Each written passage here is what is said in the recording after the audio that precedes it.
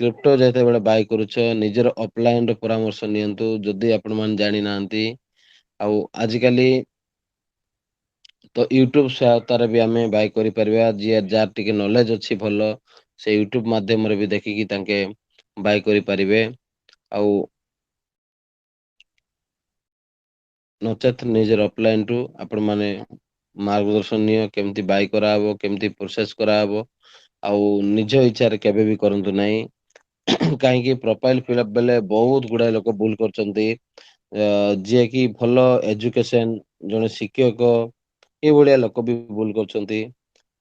ଯୋଉଠି କିି ଆମର ଆଇ ଏଫ୍ ସି କୋଡ ଜାଗାରେ କିଏ ତ ନିଜର ଏରିଆର ପିନ୍ କୋଡ ପକାଇଛନ୍ତି କିଏ ତ ସରି ସୁଇଫ୍ଟ କୋଡ ଜାଗାରେ ଆଇ ଏଫ୍ ସି କୋଡ ଜାଗାରେ ଆଇ ଏଫ୍ ସି କୋଡ ମାରିଛନ୍ତି ଯୋଉଠି ସୁଇଫ୍ଟ କୋଡ ଅଛି ଅ ଆମର ଲୋକ କିଛି ନ ଜାଣିକି ନାଇଁ ସିଆଡେ ସୁଇଫ୍ଟ କୋଡ କହୁଥିବେ ଆମର ପିନ୍ କୋଡ ସେମିତି ଭୁଲରେ ପିନକୋଡ ଡାଲିଛନ୍ତି ଆଉ କହୁଛନ୍ତି ସାର୍ ଏଇଟା ମୁଁ ଯେତେବେଳେ ଦେଖିଲି ଭଲ ଯିଏ ଟିଚର ମାନେ ବି ଏମିତି କରୁଛନ୍ତି ସେଥିପାଇଁ ବିନା ଇନଫର୍ମେସନ ବା ନ ଜାଣିକି କେବେ ବି ଗୋଟେ ଜିନିଷ କରନ୍ତୁ ନାହିଁ।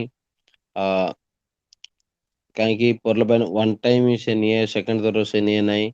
ଏବେ ଯଦି ତାକୁ ଚେଞ୍ଜ କରିବାର ଅଛି ସେ ପିନକୋଡକୁ ତାଙ୍କୁ 50 ଡୋନେଟ କରିବାକୁ ପଡିବ ତାପରେ ଯାଇକରି ସେ ସୁଇଫ୍ଟ କୋଡ ଜାଗାରେ ଏଇ ଯୋଉ ପିନ୍ କୋଡ ଜାଗାରେ ସୁଇଫ୍ଟ କୋଡ ଟା ଲାଗିବ ତ ସେଥିପାଇଁ ଆପଣ ମାନଙ୍କୁ ମୋର ବହୁତ ବହୁତ ଅନୁରୋଧ ଏଭଳିଆ ଭୁଲ କରନ୍ତୁ ନାହିଁ।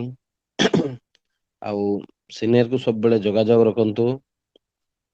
ଆଉ ସିନିୟର ର ହିସାବରେ ହିଁ ଆପଣ ମାନେ ବାଇ କରିବେ କ୍ରିପ୍ଟୋ କରେନ୍ସି ପାଇଁ ଯାହା ବି ଆପଣଙ୍କ ଥିବ ପେମେଣ୍ଟ ଆପଣଙ୍କ ପାଖରେ 50 DP ହଉ କିମ୍ବା 100 DP ନିଜର କାପାସିଟି ଅନୁଯାୟୀ ରଖନ୍ତୁ ମୁଁ ବାଧ୍ୟ କରୁନାହିଁ ଆପଣ ମାନଙ୍କୁ 200 300 ରଖ ଯଦି ଯାହା ପାଖେ ଏଭେଲେବଲ ଅଛି ରଖିବାର 100 200 300 500 ବି ରଖିପାରିବେ କିଛି ମନା ନାହିଁ। ଯେତେ ଅଧିକା ରଖିବ ସେତେ ଆପଣ ମାନଙ୍କର ବେନିଫିଟ ଆଉ ଆପଣ ମାନଙ୍କର ଉ ଯୋଉ ଆଗକୁ ଯୋଉ ବେନିଫିଟ ନେବେ ଆପଣ ମାନେ ଯେତେ ଅଧିକା ରଖିପାରିବେ କିନ୍ତୁ ସେଆ ତ କହିପାରିବି ନାହିଁ କଥାରେ ଅଛି ଶକ୍ତି ଅନୁଯାୟୀ ଭକ୍ତି ଯେମିତି ଆପଣ ମାନଙ୍କ ପାଖରେ ପେମେଣ୍ଟ ଅଛି ସେମିତି ରଖିପାରିବେ ନଚେତ ଅପଗ୍ରେସନ ଯଦି ଡିପି ଆସିଛି ତାକୁ ସେଲ ନ କରିକି ରଖିଥାନ୍ତୁ ଆଉ ଯେତେବେଳେ ଲଞ୍ଚ ହେଇଯିବ ସାଙ୍ଗେ ସାଙ୍ଗେ ଆପଣ ମାନେ ବାଇ କରନ୍ତୁ। ଆଉ ମୁଁ ତ କାଲି ଶୁଣିବାକୁ ପାଉଥିଲି କଶ୍ୟପ ସାର୍ ବି ମତେ କାଲି ଫୋନ କରୁଥିଲେ କହୁଥିଲେ କି ଡିପି ଏବେ ବ୍ଲାକ୍ ହେଇଯାଇଛି ବ୍ଲାକ୍ ମାନେ ବନ୍ଧୁ ଦେଖନ୍ତୁ ଏବେ କ୍ରିପ୍ଟୋ କରେନ୍ସି ଯେମିତି ଲଞ୍ଚ ହଉଛି ଆପଣ ମାନେ ଆଗରେ ଶୁଣିଥିବେ କିଏ 60 ଟଙ୍କା କିଏ 50 ଟଙ୍କା ଏମିତି ଡିପି ଯାଚୁଥିଲେ ଲୋକ କିନ୍ତୁ ମୁଁ ତ କେବେ ଆଣି ନାହିଁ 60 50 କାର ପାଖରୁ କାହିଁକି ଦିନେ ଦେବେ 2 ଦିନ ଦେବେ ସେକେଣ୍ଡ ଥରକୁ ପେମେଣ୍ଟ ଆମେ ଯଦି ବଡ ବିଶ୍ୱାସରେ ପଠେଇଦବା ହୁଏତ ସେ ଆମକୁ ଡିପି ଦବ ନାହିଁ। ଯେହେତୁ ମୁଁ ଅଫଲାଇନ ରୁ ଶୁଣିଥିଲି ସେଥିପାଇଁ ମୁଁ କେବେ ହାଣି ନାହିଁ କିନ୍ତୁ ବହୁତ ମୁଁ ଫେସବୁକ ରେ ପୋଷ୍ଟରେ ଦେଖିଛି मेरा पास 50 रुपए में दूंगा मैं 60 रुपए में दूंगा ଏଇ ବିଭିନ୍ନ ପ୍ରକାର ଚାଲିଛି ଆଜି ବି ମୁଁ ଫେସବୁକ୍ ଦେଖୁଥିଲି ସେଠି ବି ଯାହାକୁ ଡିପି ଦରକାର ଅଛି ମତେ ହ୍ୱାଟସଆପ୍ କଲ୍ କର ନର୍ମାଲ କଲ ଜଣେ ମେସେଜ କରିଛି ମୁଁ ନର୍ମାଲ କଲ୍ କରିବି ତାକୁ ସ୍ପଷ୍ଟ ମନା କରୁଛି ନର୍ମାଲ କଲ ରେ ମୁଁ ଡିପି ଦିଏ ନାହିଁ ମତେ ହ୍ୱାଟସଆପ୍ କଲ୍ କର ତା ମାନେ ଆପଣ ମାନେ ନିଶ୍ଚିତ ରୂପରେ ଜାଣୁଥିବେ ସେ ଜଣେ ବ୍ଲାକ୍ କରିବ ଆପଣ ପେମେଣ୍ଟ ପଠେଇ ଦେଲା ପରେ ହୁଏତ ସେ ଡିପି ଦବ ନାହିଁ ଏମିତି ହୁଏ ସେଥିପାଇଁ କାଲି କଶ୍ୟପ ସାର୍ ସହିତ ମୋର ଆଲୋଚନା ହଉଥିଲା ସାର୍ କହୁଥିଲେ ଡିପି ଏବେ ବ୍ଲାକ୍ ଚାଲିଛି ଡିପି ଏବେ ସର୍ଟ ଅଛି ଲୋକମାନେ ବହୁତ ଡିପି ରଖି ସାରିଲେଣି ଆଉ ଆପଣଙ୍କ ଟିମ ରେ ଯଦି କିଏ ରଖିବାର ଅଛି ତ ଇମିଡିଏଟ କୁହ ତ ନିରଞ୍ଜନ ସାର୍ ବୋଲି ମତେ ଭୋର ସକାଳୁ ସକାଳୁ ଫୋନ କରୁଥିଲେ ଆଉ ଡିପି ରେଟ୍ ଯୋଉ 75 ରେ ଆମେ ଆଣୁଛୁ ହୁଏତ ସେଟା ଯୋଉ ଆମର କରେନ୍ସି ଟା 80 ଦେଖାଉଛି ୟୁଏସଡି ଆମେ ଯଦି ଗୁଗଲ ରେ ସର୍ଚ୍ଚ କରିବା କାଲିଠୁ କିଏ କିଏ 80 ଟଙ୍କାରେ ବି ଆଣିଛନ୍ତି ଆଉ ସାର୍ କହିବା କଥା ଯେତେବେଳେ 30 କିମ୍ବା 1ରେ ଡିପି ର ଡିମାଣ୍ଡ ପୁଣି ବଢିବ କିଏ ତ 100 କିଏ 150 କିଏ 200 ବି ବିକିବେ ନିରଞ୍ଜନ ସାର୍ କିଛି ଗ୍ୟାରେଣ୍ଟି ନାହିଁ ସେଥିପାଇଁ ଆପଣଙ୍କ ଟିମ ରେ ଯାହାକୁ ଯେତେ ଦରକାର ଅଛି ସମସ୍ତଙ୍କର ପାଇଁ ଆଭେଲେବଲ କରିଦେଇଥାନ୍ତୁ କାହିଁକି ଆମର ଲାଇଫ ଲାଇନ କେବେ ବି ଆଗକୁ ହଇରାଣ ନ ହୁଅନ୍ତୁ ଲାଷ୍ଟ କୁ ଆମେ ବି ଯୋଉ ଜାଗାରେ ଆଣିବୁ ଆମକୁ ବି ଯଦି ରେଟ୍ ପଡିଲା ତ ମୁଁ ଆପଣ ମାନଙ୍କୁ ନିଶ୍ଚିତ ରୂପରେ ରେଟ ରେ ଦେବି ଏହା କହୁଥିଲେ ସେଥିପାଇଁ ଆପଣ ମାନେ ପୁରା ପ୍ରିପେୟାର ହେଇକି ରୁହନ୍ତୁ ଆଉ ଡିପି ଯାହା ଯାହାକୁ ଦରକାର ଅଛି ସମସ୍ତେ ଡିପି ଆଭେଲେବଲ ରଖିଦିଅନ୍ତୁ ଯାହାର ଆଭେଲେବଲ୍ ଅଛି ତାଙ୍କୁ ତ ଦରକାର ନାହିଁ, ଆଉ ଯାହାକୁ ଦରକାର ସିଏ ରଖିପାରିବେ। ଯେକୌଣସି ଅଫଲାଇନ୍ ନିଜର ନିୟରେଷ୍ଟ ଅଫଲାଇନ୍ ହଉ କିମ୍ବା ନିଜର ସେକେଣ୍ଡ ଅଫଲାଇନ୍ ହଉ କି 3 ନମ୍ବର ଅଫଲାଇନ୍ ହଉ, ଯାହାର ପାଖରେ ବି ଆପଣମାନେ ରଖିପାରିବେ ଡିପି। ଆଉ ଯେମିତି ଲଞ୍ଚ କରିବ କ୍ରିପ୍ଟୋ କରେନ୍ସି, ଆପଣମାନେ ତରବରିଆ ଭାବରେ ଆପଣମାନେ ବାଇ କରନ୍ତୁ ନାହିଁ। ଯେହେତୁ ଜାଣିନାହାନ୍ତି ତ ନିୟରେଷ୍ଟ ଅଫଲାଇନ୍ ହଉ କିମ୍ବା ସେକେଣ୍ଡ ଅଫଲାଇନ୍‌କୁ ଯୋଗାଯୋଗ କରିବେ। ସାର୍ ମୁଁ କେମିତି ପ୍ରୋସେସ୍ କରିବି? ମୁଁ କ୍ରିପ୍ଟୋ କେମିତି କିଣିପାରିବି? ଯଦି ଅଫଲାଇନ୍ ଜାଣିଥିବେ ତ ଆପଣଙ୍କୁ ନିଶ୍ଚିତ ରୂପରେ ଆପଣଙ୍କୁ ବୁଝେଇବେ, ସାର୍ ଏମିତି କରନ୍ତୁ, ସେମିତି କରନ୍ତୁ, ଆଉ ତାଙ୍କେ କରିଦେବେ। କାହିଁକି ବନ୍ଧୁଗଣ ମୁଁ ବି ଜାଣିନାହିଁ କେମିତି କଣ ବାଇ କରିବି, ମୁଁ ବି ତ ସିନିୟରଠୁ ଶିଖିବାକୁ ପଡ଼ିବ। ଯେତେବେଳେ ମୁଁ ଯଦି ଶିଖିଯିବି ତ ଆପଣମାନଙ୍କୁ ନିଶ୍ଚିତ ରୂପରେ ମୁଁ ଶିଖାଇବା ପାଇଁ ଚେଷ୍ଟା କରିବି। ତ ଏମିତି ଆପଣମାନଙ୍କୁ ବାଇ କରିବାଟା ନିଶ୍ଚିତ ରୂପରେ ଆପଣମାନଙ୍କୁ ଶିଖିବାକୁ ପଡ଼ିବ। ଆଉ ଆମ ଇଚ୍ଛାରେ, ଆମ ସ୍ୱଇଚ୍ଛାରେ ଯଦି କରିବା ଏମିତି କଲେ ହବ। ଯଦି ସିଷ୍ଟମ୍ ତ ପ୍ରୋସେସିଂରେ ଥିବ, ବାଇଚାନ୍ସ ମେ ବି ଡିପି କଟିଯାଏ, ହୁଏତ ଡିପି କଟିଯାଏ, ତ ସେଠି ଆମକୁ ବହୁତ ଦୁଃଖ ଲାଗିବ ଆପଣମାନଙ୍କୁ। ଆଉ ମୁଁ ବାଇ କରୁଥିଲି ଡିପି କଟିଗଲା, ମୋତେ କରେନ୍ସି ମିଳିଲା ନାହିଁ, ଏଇ ଭଳିଆ ବି ନିଜ ମନରେ ନେଗେଟିଭ ଚିନ୍ତା ଆସିଯାଏ। ସେଥିପାଇଁ ନିଜ ଇଚ୍ଛାରେ କେବେ ବି କରିବେ ନାହିଁ। ଅଫଲାଇନର ସହାୟତା ନିଶ୍ଚିତ ରୂପେ ନେବେ। ତ ବନ୍ଧୁଗଣ, ସେକେଣ୍ଡ ହଉଛି ଆମର ଏଇଠି ଆପଣମାନେ ନିଶ୍ଚିତ ରୂପରେ ଶୁଣିଥିବେ, ଆ ଟ୍ରଷ୍ଟ ୱାଲେଟ୍ ବୋଲିକି ନାଁ ଅଛି। ସେଟା ଆମକୁ ଡାଉନଲୋଡ୍ କରିବାକୁ ପଡ଼ିବ। ଆଉ ସେଠି ଆମର ରେଜିଷ୍ଟର ହବ, ଯାହା ମୁଁ ଅଫଲାଇନ୍ ମାଧ୍ୟମରେ ଶୁଣିବାକୁ ପାଉଛି।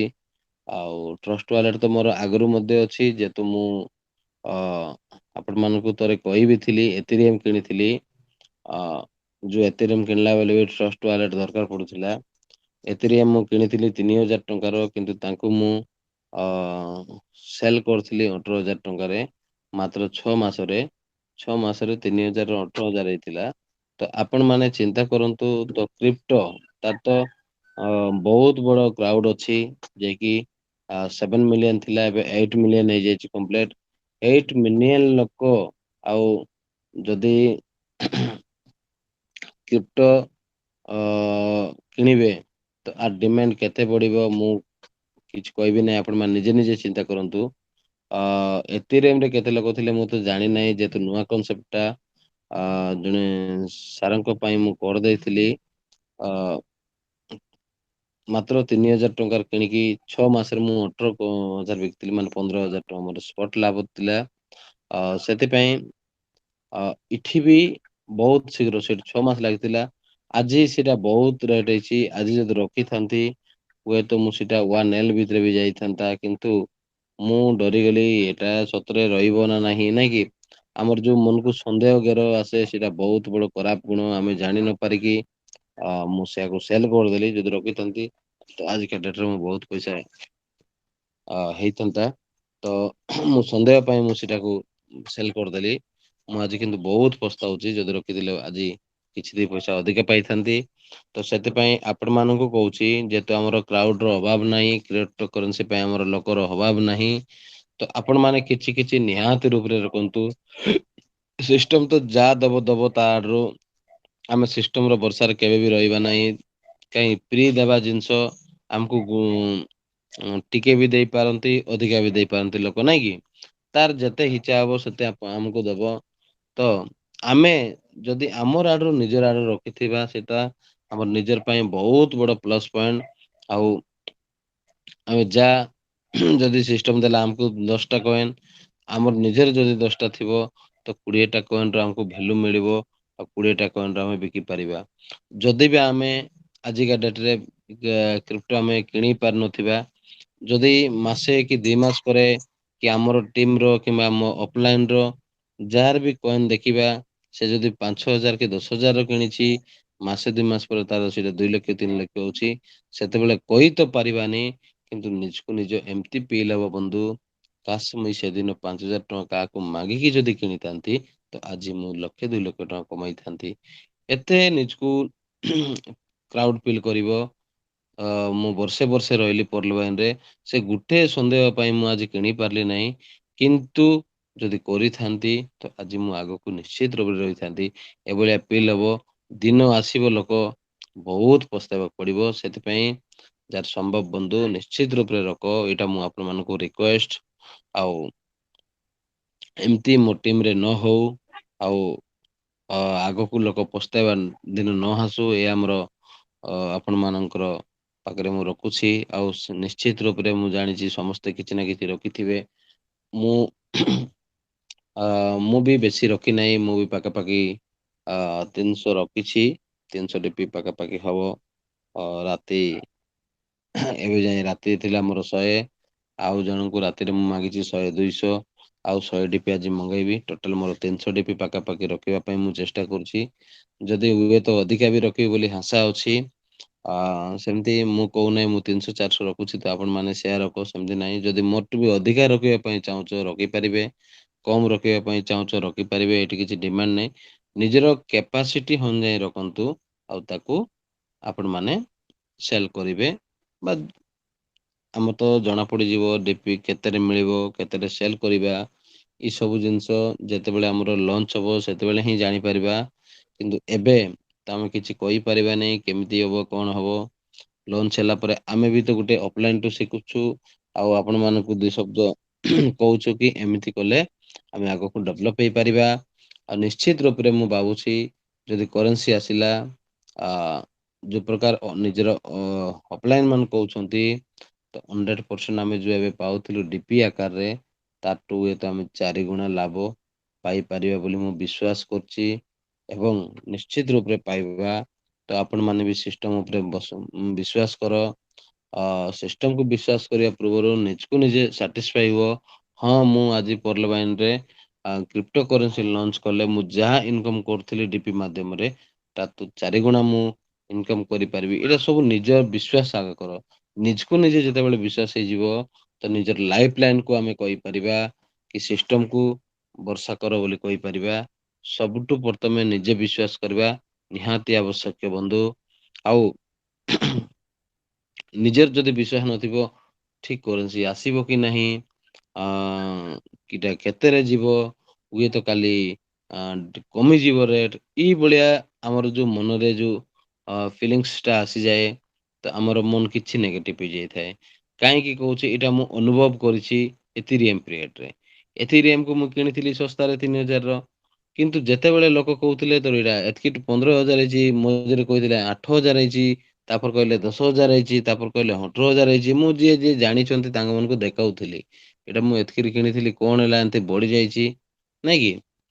ସେମିତି କହୁଥିଲେ, ଆଉ ମୁଁ ସତ କି ମିଛ ବୋଲି ଆକ୍ଚୁଆଲି ମୁଁ ଯେତେବେଳେ ଦେଇଦେଲି, ତାପରେ ଜାଣିଲେ ଅରିଜିନାଲ ଜିନିଷ 18,000 ଟଙ୍କା ହେଇଥିଲା।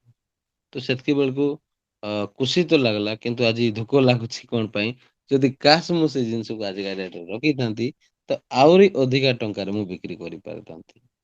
ଏମିତି ଆସିବ, ସେଥିପାଇଁ କେବେବି ଆପଣ ମାନେ ଦ୍ୱନ୍ଦରେ ପଡନ୍ତୁ ନାହିଁ। ଇଏ ତ କ୍ରିପ୍ଟୋ କରେନ୍ସିକୁ ଗଭର୍ଣମେଣ୍ଟ ବି ଉଁ ସହମତ ଅଛି, ଆଉ 30% ଆପଣ ମାନଙ୍କୁ ଟ୍ୟାକ୍ସ କାଟିବ। 30% ଟ୍ୟାକ୍ସ କାଟିକି ଆପଣଙ୍କ ଆକାଉଣ୍ଟରେ କ୍ରେଡିଟ କରିବ। ଦେଖନ୍ତୁ ବନ୍ଧୁ ଆପଣ ମାନେ ପର୍ଲ ବାଇନରେ ଯୋଉଟା ଏକ୍ସଚେଞ୍ଜ କରୁଥିଲ, ବା ଡିପି କୁ ନିଜର ଆକାଉଣ୍ଟରେ ପକଉଥିଲ, ସେଟା ଗଭର୍ଣମେଣ୍ଟ କୁ ଟ୍ୟାକ୍ସ ଦଉନଥିଲ। ସେ ଏକ୍ସଚେଞ୍ଜର କୁ ଏକ୍ସଚେଞ୍ଜ ପାଇଁ ପଇସା ଖର୍ଚ୍ଚ କରୁଥିଲ। ଆଉ ସେଠି ଗଭର୍ଣମେଣ୍ଟ ଯଦି 30% କାଟିବ, ଏକ୍ସଚେଞ୍ଜ ଯଦି 15% କାଟିବ, ତ 45% ହଉଥିଲା। ବୁଝିପାରିଲେ କି ନାଇଁ? ତ ସିଏ ଏକ୍ସଚେଞ୍ଜର ଠୁ ଆପଣ ମାନେ ନିଜର ଆକାଉଣ୍ଟ କୁ ପାଉଥିଲେ। ତ ଏଠି ଏକ୍ସଚେଞ୍ଜର ଡାଇରେକ୍ଟ ଆମର ଟେକ୍ସ କଟିକି ଆମର ଆକାଉଣ୍ଟକୁ କ୍ରେଡିଟ ହବ। ଆଉ ଯେତେବେଳେ ଚାହିଁବ ସେତେ କରିପାରିବ, କିନ୍ତୁ ପର୍ଲ ବାଇନରେ ଆମର ଲିମିଟ କେତେ ଥିଲା? 1000 ଡିପି, 1000 ଡିପି ଠୁ ଆପଣ ମାନେ ଅଧିକା କରିପାରିନଥିଲେ। ନାଇଁ କି? ଏଠି ଅନଲିମିଟେଡ କରିପାରିବେ। ଅନଲିମିଟେଡ ମାନେ ଆପଣ ଯଦି 10,000 ଡିପି ସେଲ କରାର ଅଛି, ତ 10,000 ସେଲ କରିଦେବେ। 10,000 ଆପଣଙ୍କୁ କ୍ରେଡିଟ ଯିବ ଆପଣଙ୍କ ଆକାଉଣ୍ଟ ରେ। ଆଉ ଏଠି ଆପଣଙ୍କୁ ଟେକ୍ସ ଭରିବାର ଦ୍ୱନ୍ଦ ନଥିବ। ଟେକ୍ସ ର ଟେନସନ ବି ଆପଣଙ୍କ ମୁଣ୍ଡରେ ନଥିବ, ଯେହେତୁ ଆଡଭାନ୍ସ କଟିକି ଆପଣଙ୍କ ଆକାଉଣ୍ଟରେ କ୍ରେଡିଟ ହେଇଯିବ। ତ ସେଥିପାଇଁ ଅନଲିମିଟେଡ କରିବାର ଗୋଟେ ଆମକୁ ବହୁତ ବଡ ମଉକା ଅଛି। ଆଉ ଆମେ ଡିପି ଟ୍ରାନ୍ସଫର ଯେମିତି କରିଥିଲୁ, 1000 ଟୁ ବେଶୀ ଆମେ କରିପାରୁନଥିଲୁ। କି ଆମେ କରିବା ପାଇଁ ଚାହିଁଲେ ବି ଆମକୁ ସିଷ୍ଟମ ନଉନଥିଲା। ଏଠି ଏବେ 10,000 କଲେ ଘଣ୍ଟାଟେ ପରେ ଯଦି ଆପଣଙ୍କର ଆହୁରି ଅଛି ତ ଆଉ 5,000 କରିପାରନ୍ତି, 500 ବି କରିପାରନ୍ତି, ନାଇଁ କି? ଆପଣ ଯାହା ଚାହିଁବେ ତାହା କରିପାରିବେ କରେନ୍ସି ହିସାବରେ। ମୁଁ ଯାହା ଶିଖିଛି ମୁଁ ସେୟା ଆପଣମାନଙ୍କୁ କହୁଛି। ଅ, ଏମିତି ଆମେ କରିପାରିବା। ଆଉ ଆଗକୁ ଅ, ଯାହା ବି ଆପଣମାନେ ଆକାଉଣ୍ଟ ରେଜିଷ୍ଟ୍ରେସନ କରିବେ, ଟିକେ ଆଇ ଏଜୁକେସନ୍ ଲୋକଙ୍କୁ କରିବା। କାହିଁକି ଏବେ ଯେତେବେଳେ ପର୍ଲ ବାଇ ଥିଲା, ଆମର ଡିପି ସିଷ୍ଟମ ଥିଲା ପର୍ଲ ବାଇନର, ତ ଆମେ ଯାହାକୁ ନାହିଁ ତାହାକୁ ଆମେ ଆକାଉଣ୍ଟ କରିଦଉଥିଲୁ, ତାପରେ ଆମେ ଡିପି କାଢୁଥିଲୁ ଆଉ ଦଉଥିଲୁ ଅଫଲାଇନକୁ, କିମ୍ବା ଆମେ ଜଏନିଂ କରିକି ତାଙ୍କୁ ଆମେ ପେମେଣ୍ଟ ଦଉଥିଲୁ। କିନ୍ତୁ ଏବେ ମୋ ବ୍ୟକ୍ତିଗତ ଯାହା ଏଥିରେ ବିଷୟରେ ମୁଁ ଜାଣିଛି ସେୟା ମୁଁ ଆପଣମାନଙ୍କୁ ଟିକେ ସେୟାର କରିବି। ଯେତେବେଳେ ଆମର ଟ୍ରଷ୍ଟ ୱାଲେଟ ଆସିଯିବ, ତ ସେଠି ନିଜର ଗୋଟେ ପାସୱାର୍ଡ ଦରକାର ପଡେ। ସେ ପାସୱାର୍ଡ ଅନ୍ୟ ମୋବାଇଲରେ ଖୁଲେ ନାହିଁ। ଅନ୍ୟ ମୋବାଇଲରେ ଖୁଲି ପାରିବା ନାହିଁ। ଏବେ ମୁଁ ଯୋଉ ଏଥିରେମ ଥିଲା, ମୋ ପାସୱାର୍ଡ ଟା ଆଉ ଗୋଟେ ଫୋନରେ ଆମେ ଖୁଲି ପାରିବା ନାହିଁ। ତାର ଫୋନ ର ସେ ମଡେଲ ସହିତ ସେ କ୍ରିଏଟ କରିଥାଏ। ସେଥିପାଇଁ ତାକୁ ଏକ୍ସଚେଞ୍ଜ କରିବା ପାଇଁ ବିଭିନ୍ନ ପ୍ରକାର ଅ ସିଷ୍ଟମକୁ ଯିବାକୁ ପଡୁଥିଲା। ଯେତେବେଳେ ମୁଁ ଏଥିରେ କିଣିଲା ବେଳକୁ ମତେ ସେଇ ଜିନିଷ ନଲେଜ ଦେଇଥିଲେ। ଆଉ ଭାଗ୍ୟବଶତ ମୋର ସେ ଫୋନ ହିଁ ଥିଲା ବୋଲି ମୁଁ ଆଜି କରିପାରିଲି। ଯଦି ମୁଁ ଚେଞ୍ଜ କରିଦେଇଥାନ୍ତି ତ ସେଇଟା ମୁଁ ଏତେ ବିକ୍ରି ବି କରିପାରିନଥାନ୍ତି। ସେଥିପାଇଁ ଟ୍ରଷ୍ଟ ୱାଲେଟ କଥା ଉଠୁଛି ଯେତେବେଳେ, ସେମ୍ କ୍ରିପ୍ଟୋ କରେନ୍ସି ବି ସେୟା ହେଇପାରେ। ଆଉ ସେ ପାସୱାର୍ଡ ଟା ଆପଣ ମାନଙ୍କୁ ମନେ ରଖିବା ନିହାତି ଦରକାର ପଡିଥିବ। ଆଉ ସେ ଫୋନ ଯାହାର ଆଣ୍ଡ୍ରଏଡ ଅଛି ତାକୁ ହିଁ ଆକାଉଣ୍ଟ ଖୋଲି ପାରିବେ, ମୁଁ ଯାହା ଆଗକୁ ଭାବୁଛି। ଆ ସେ ତ ଆଗକୁ ଜଣା ପଡିବ, କିନ୍ତୁ ମୁଁ ଏଥିରେ ବିଷୟରେ ମୁଁ ଆପଣଙ୍କୁ ସେୟାର କରୁଛି, ସେଭଳିଆ ଥିଲା। ଆଉ ଅନ୍ୟ ଇଏରେ ହଉନଥିଲା। ଆମେ ଯଦି ଛୋଟ ଫୋନ କୁ କରିଦେଇଥିବା ତ ଆମକୁ ଅସୁବିଧା ହେଇପାରେ, ଯେହେତୁ ନିଜର ମେଲ ଆଇଡି ସେଠି ଦରକାର ପଡେ, ଅନ୍ୟ ମେଲରେ ଖୁଲେ ନାହିଁ। ନିଜର ମେଲ ଆଇଡି ଆମେ ଯଦି ଗୋଟେ ଚାଷୀକୁ କରିଦବା, ତାର ମେଲ ଆଇଡି ନଥିବ, ଆମର ମେଲ ଆଇଡି ଦେବା, ଆଉ ଅନ୍ୟ ଇଏରେ ଖୁଲିବ ନାହିଁ, ଯେହେତୁ ଆମର ଇଏରେ ହିଁ ଖୁଲିବାର ଅଛି। ସେଥିପାଇଁ ନିଜର ଯାହାର ଆଣ୍ଡ୍ରଏଡ ଅଛି ତାକୁ ହିଁ ଆଗାମୀ ଦିନରେ ଆମର ଖୋଲିବାକୁ ପଡିବ, ଯାହା ମୁଁ ବ୍ୟକ୍ତିଗତ ଭାବନା। ଆ ଯଦି ଏଭଳିଆ ନ ହୁଏ ତ ବହୁତ ବଢିଆ ଅଛି। ଆଉ ଏଇଭଳିଆ ଯଦି କରିଦବ ତ ଆମର ପାଇଁ ଅ କିଛି ନନ୍ ଏଜୁକେସନ୍ ଲୋକଙ୍କୁ ଆମେ ଆଣିବାଟା ଟିକେ ଆମର ପାଇଁ କଷ୍ଟ ହବ। ସେଥିପାଇଁ ଆପଣମାନେ ଭଲ ଭାବରେ ଏ ବିଷୟରେ ଆମେ ଜାଣିବା, ତାପରେ ଯାଇକି ଆମେ କରିବା। ଆଉ କରିଦେଇଥିବା ଲୋକଙ୍କୁ ଆମେ କେବେ ହଇରାଣ କରିବା ପାଇଁ ଚାହିଁବା ନାହିଁ। ଯେହେତୁ ପର୍ଲବାଇନ ଏମିତିକା ସିଷ୍ଟମ, ଆ ଆମେ ଯୋଉ ନାରା ଦେବେ ଲବ ଗୌଡ ସାର୍, ସବକା ସାଥ ସବକା ବିକାଶ। 100% ସମସ୍ତଙ୍କର ସାଙ୍ଗରେ ସମସ୍ତଙ୍କର ବିକାଶ ହବ ନିଶ୍ଚିତ ରୂପରେ। କିନ୍ତୁ ଆମକୁ ସିଷ୍ଟମେଟିକ ଢଙ୍ଗରେ ଚାଲିବାର ଅଛି। ଆଉ ନିଜ ଇଏରେ ଯଦି ଚାଲିବା ତ ଆମକୁ କିଛି ଆଗକୁ ଆମେ ସକ୍ସେସ୍ କରିପାରିବା ନାହିଁ। ଆଉ ସିଷ୍ଟମେଟିକ ଢଙ୍ଗରେ ଯଦି ଚାଲିବା, ନିଜର ଅଫଲାଇନ ଗାଇଡରେ ଯଦି ଚାଲିବା, ଆଉ ଲାଇଫ ଲାଇନକୁ ଯେତେବେଳେ ବି ଯାହା ବି ସହଯୋଗ ଦରକାର ସମୟ ସୀମା ଆମେ ଦେବାକୁ ପଡ଼ିବ। ତ ଆମେ ନିଶ୍ଚିତ ରୂପରେ ଆଗକୁ ବଢ଼ିପାରିବା।